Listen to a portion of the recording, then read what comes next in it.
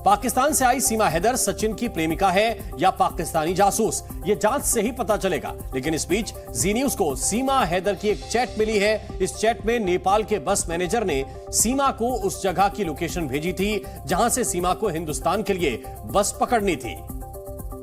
और सीमा ने चैट में यह भी लिखा कि भैया आप सचिन को मैसेज कर दो।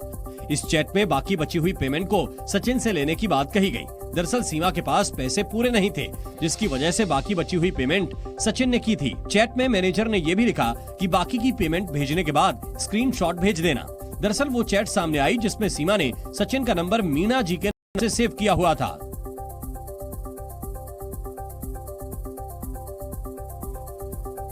और इसी बीच सीमा हैदर मामले में एक और बड़ा खुलासा हुआ। सीमा पाकिस्तान से भारत में कैसे और किस रास्ते से एंट्री लेगी, इसका पूरा प्लान और रूट सचिन ने तैयार किया था।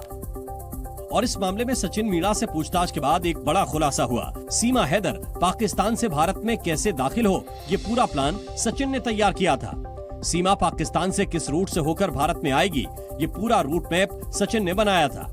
सूत्रों की माने तो सचिन ने ही पता किया था कि पाकिस्तान से कौन सी सस्ती फ्लाइट से नेपाल तक आया जा सकता है। सूत्रों का कहना है कि सचिन ने मार्च में ही प्लान तैयार कर लिया था, जब वो सीमा से नेपाल में मिला था। नेपाल से सीमा को भारत के अंदर किस रास्ते से लाया जाए ताकि वो दस्तावेजों की जांच से बच जाए, बाकायदा इसकी पूरी प्लानिंग सचिन ने की थी। वहीं हिंदुस्तान आने के लिए सीमा किसी भी हद तक जा सकती थी। यही वजह है कि वो सचिन के बताए गए प्लान पर अमल करती गई। सीमा हैदर इतनी चालाक है कि वो जहां भी गई, जिससे भी वो मिली, उनसे दोस्ती कर ली ताकि किसी को भी उन पर शक न हो। क्योंकि बताया जा रहा है कि सीमा हैदर जब पहली बार सचिन से मिलने नेपाल आई, इसके लिए उसने होटल मालिक की मदद की। और बताया जा रहा है कि होटल मालिक ने ही सचिन और सीमा को बताया था कि भारत जाने के लिए काठमांडू की बजाय पोखरा से बस ली जाए, क्योंकि काठमांडू से रास्ता लंबा पड़ता है और सिक्योरिटी चेकिंग भी ज्यादा होती है। कुछ भी हमसे नहीं मांगा, हम फैमिली की तरह वो रखते थे हमें। होटल मालिक के बताने के बाद ही सचिन ने 10 मार्च से 17 मार्च के दौरान भारत आने का रास्ता तैयार कर लिया था। उसी दौरान इस बात की जानकारी ली गई कि कैसे सीमा पाकिस्तान से नेपाल आएगी और वो भारत पहुंचेगी।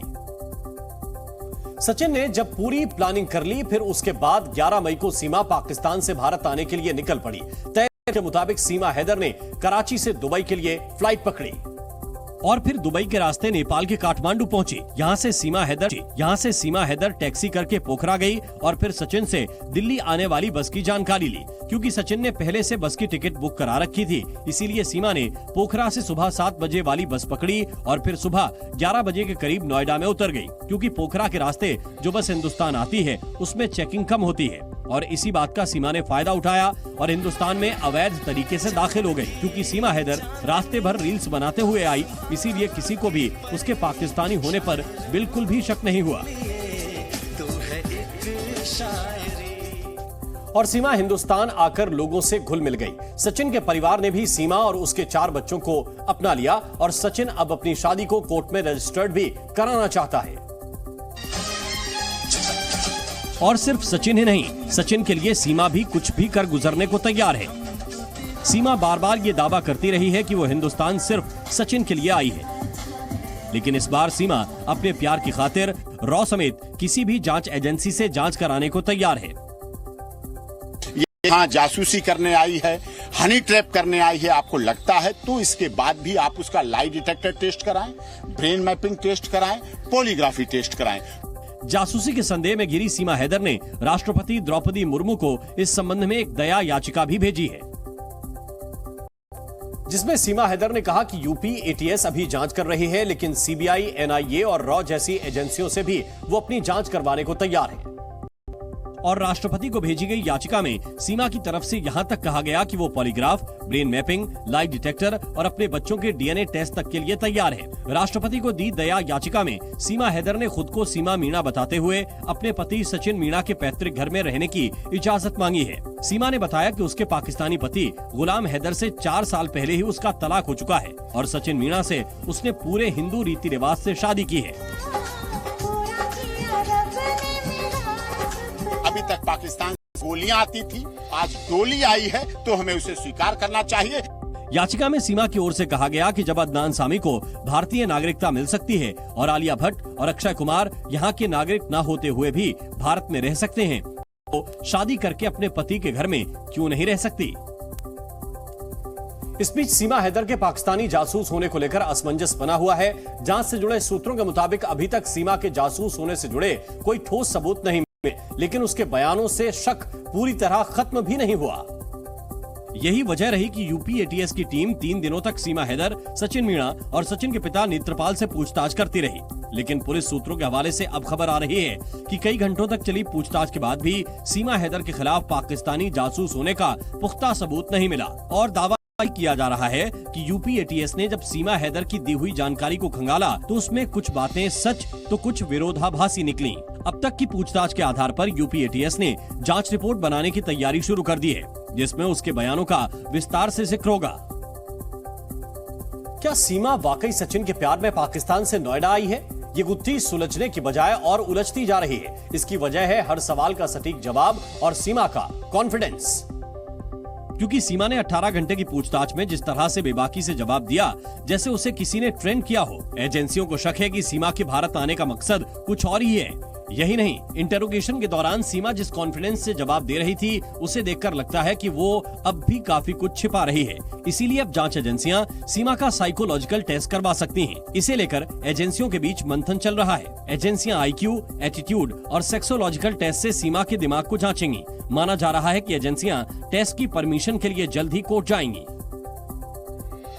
सचिन की मोहब्बत की वजह से भारत आने के सीमा हैदर के दावे पर सवाल उठते रहे हैं और सच जानने के लिए पॉलीग्राफ टेस्ट की जरूरत महसूस की जा रही है। ऐसे में सीमा के कुछ दावों में विरोधाभास की वजह से पॉलीग्राफ टेस्ट की जरूरत बताई जा रही है। सीमा हैदर ने यूपी एटीएस से पूछताछ में नेपाल के पशुपतिनाथ मंदिर में सचिन से शादी करने का दावा किया, जबकि पशुपतिनाथ क्षेत्र विकास कोष के प्रवक्ता रेवती रमन के हवाले से दावा किया गया कि पशुपतिनाथ मंदिर में शादियां नहीं होती हैं। सीमा और सचिन ने नेपाल के new Vinayak Rolpa Jaljala Rukmeli guest house में ठहरने की बात कही थी, लेकिन कई रिपोर्ट में यह सामने आया कि सीमा गलत नाम और जन्मदिन बताकर गेस्ट हाउस में 7 दिन तक रुकी।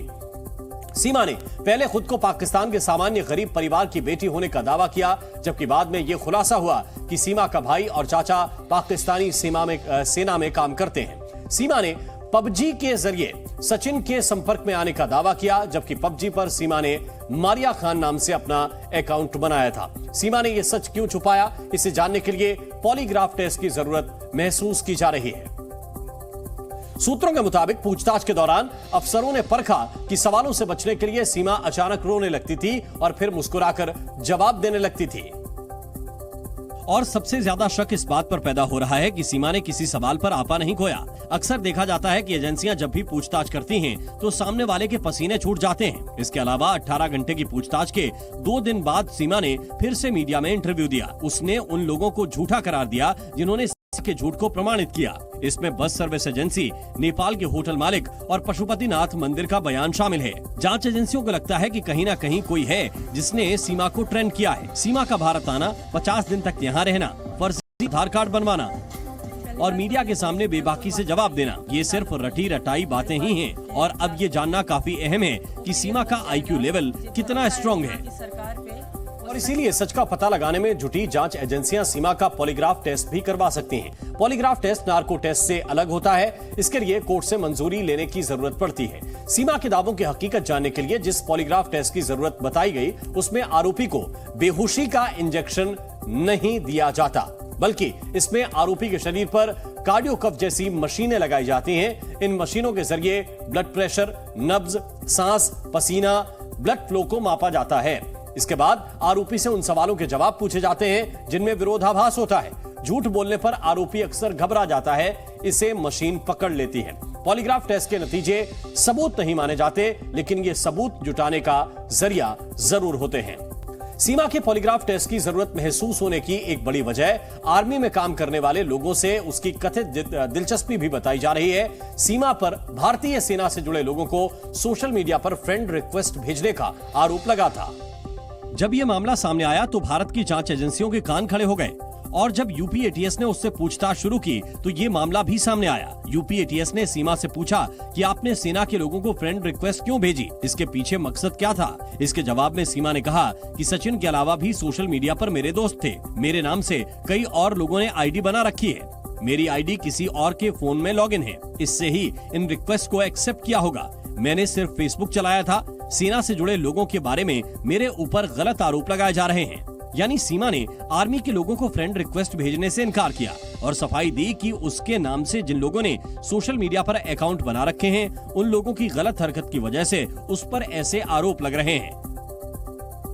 और विवाद के बीच सोशल मीडिया पर एक वीडियो वायरल हो रहा है जिसमें एक पाकिस्तानी शख्स सीमा हैदर को वापस करने के लिए भारत को धमकी दे रहा है। हालांकि उसकी इस धमकी पर लोग खूब मजे ले रहे हैं। वीडियो में ये शख्स बोलता दिख रहा है कि अगर सीमा को आज रात 12 बजे तक वापस नहीं किया तो अंजाम बुरा होगा। इंडिया वाला सुनो, सीमा को अगर आज रात 12 बजे तक वापस नहीं किया कि समझो भारत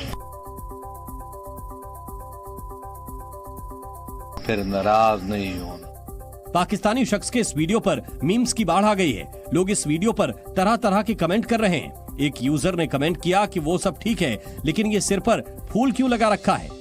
एक दूसरे यूजर ने लिखा कि दाना पानी का जुगाड़ कर लो, नहीं 12 बजे से पहले भूखे मर जाओगे। भारत ने दोस्ती बढ़ाते हुए वियतनाम को एक युद्धपोत गिफ्ट किया है। भारत ने मिसाइल से लैस युद्धपोत INS कृपाण वियतनाम को तोहफे में दिया है।